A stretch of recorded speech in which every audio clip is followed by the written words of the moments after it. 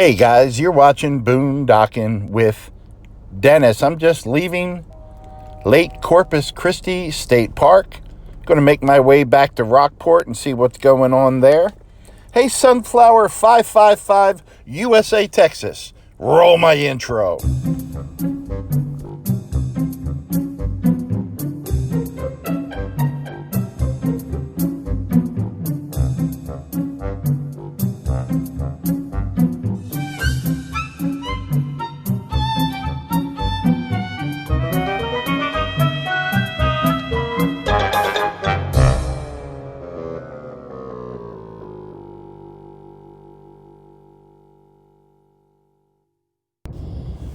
Don't even think about asking for ice cream. We're going to drive by a lot of ice cream places.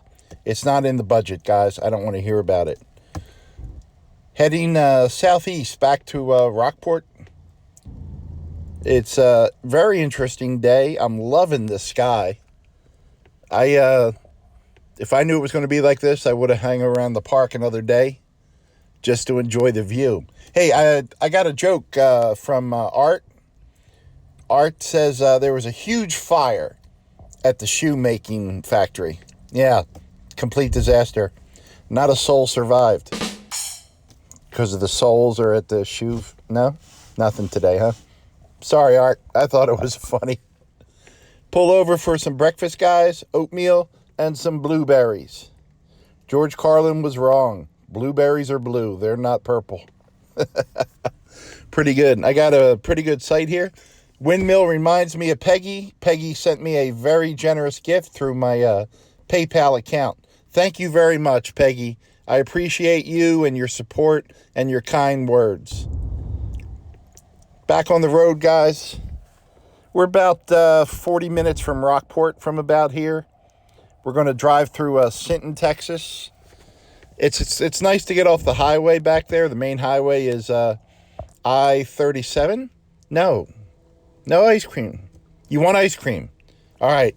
One dilly bar. We get one dilly bar. Everyone take a lick and pass it on. I'll wait. Well, guys, while I was on the road, I got a tip from Bud's Backyard. He's a local Rockport resident with a pretty interesting YouTube channel. I'm going to put the link in the description, so check out Bud's channel, please. Give him some support. And, yeah, it looks like they're getting close, guys. Well, it's nice to be back in Rockport. It looks like we're going to get a little bit of sunshine for the rest of the day today, coming and going. And then just clouds for like a week. So, see the dolphin activity over there, guys? That's all that one small dolphin. He's about 2 feet. I still haven't seen any adults, but at least I did spot a dolphin. Might need a trip to Port A soon so we can try to catch some dolphins there. This has always been my go-to spot, though. It's just going through a little bit of a drought. But I've been coming here several times a day and just haven't caught them. I'm getting ready to get on the road again.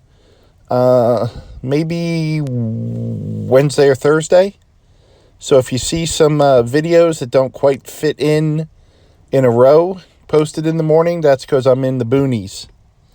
So I have some on my saved list that I can just pop in there. Short ones won't make any sense, but let you know I'm alive. It's ramen for dinner, guys. I'm calling it a night. I'm going to get to bed. Well, the next day, as you can see, I'm deep out in the woods. Wildlife, trees, open skies, enjoying the very minimal existence out in literally the middle of nowhere. Oh, wait, there's a fence there. Parking lot. Oh, I was confused, guys. I just woke up. I must be at Walmart. This is a nice Walmart to boondock at, guys. You're in the trees, so no complaints here. I was going to go over and do another one of these historical signs, but it's kind of closed, and it says wet paint. And with my knees, I tend to grab onto anything, so I don't want to go over there. But I'll probably come back tomorrow and see if they have removed those signs yet. Wet paint means plan B. Let's go. I got a plan B. So kind of on the other side of town, guys.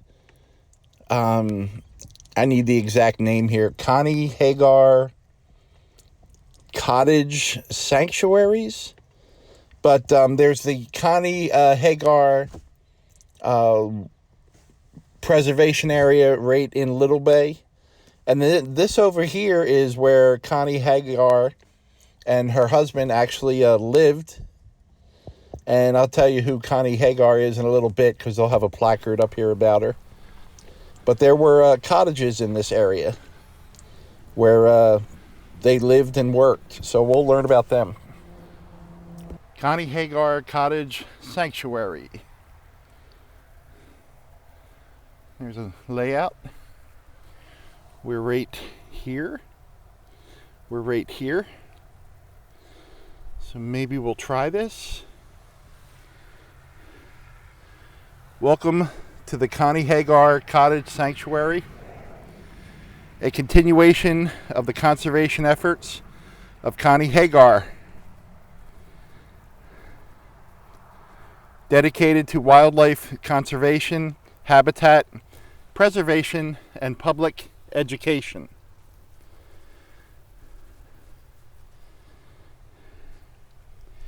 This site is supported and maintained by the Friends of Connie Hagar in partnership with Aransas Pathways and Aransas First. Please visit our website and consider joining us. www.conniehagar.org. And here's Connie being harassed by sea rats. Let's see what we got, guys. Connie was often referred to as the Bird Lady by local residents who saw her about Rockport. A self-taught ornithologist, Hagar was the catalyst for Rockport's birding acclaim. Let's learn a little bit about Connie today. Whew. My knee, folks. Connie Hagar was born Martha Conjure Neblett, June 14th, 1886, in Corsicana, Texas. Her parents were Robert Scott Neblett, a Corsicana mayor and judge, and Maddie Neblett, a genteel lady who brought refinement to the family. Siblings include a sister, Robert, and a brother, Sonny. Tell us how she got married. Birding took over her life when she moved to the coast and discovered migration patterns. Basically self-taught.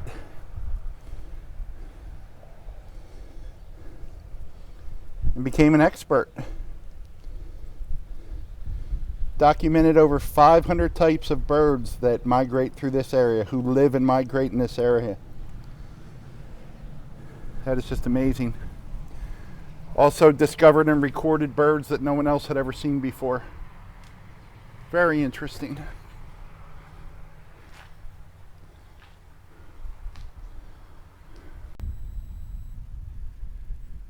So I guess if you sight a bird,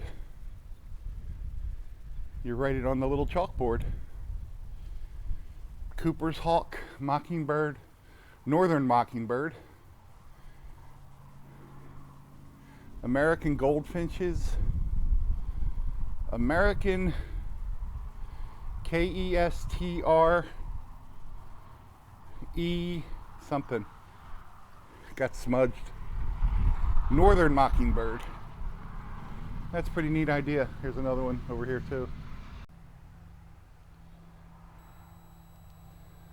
So this area right in front of us is the butterfly garden. And they have all the plants labeled. And you got to remember it's getting towards, well, it's mid-January. So probably not prime butterfly migration season, but still really interesting.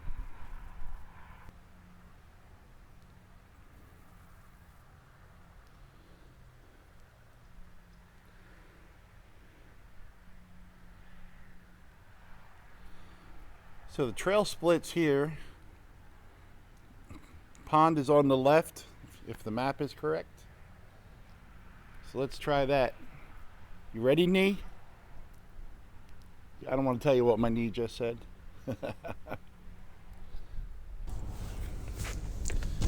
So yeah, it's really dry. We've been in a drought and it's winter. But I bet you this is real pretty in the summer when we get some rain. So definitely we'll put this on the list, guys, of places to check out again. But there's a path here, according to the map. And there's a pond around the corner, so maybe we'll... it's not looking promising, is it? I do like the fact that I see a bench. What is cool on that map, they actually have the benches on the map. So that was a relief to me to know there were benches here. This is where the pond should be, guys. So we've been in a drought here in Texas. Remember when we were up at Lake Corpus Christi? That was at, well, I forget, 36% capacity. And yeah, this pond is just gone. We haven't had good amounts of rain here in quite a while. Yeah. And the height of those weeds, this has been dry for a while, you know. But there's no water here, and water's not going to bring the birds in, you know. Lack of water. They just had that big cleanup here. It was on the news, and there's trash on the ground already.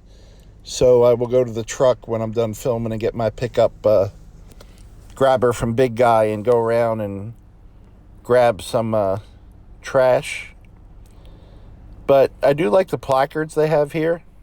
Tells you all about the local plants. Tells you what kind of birds to watch out for.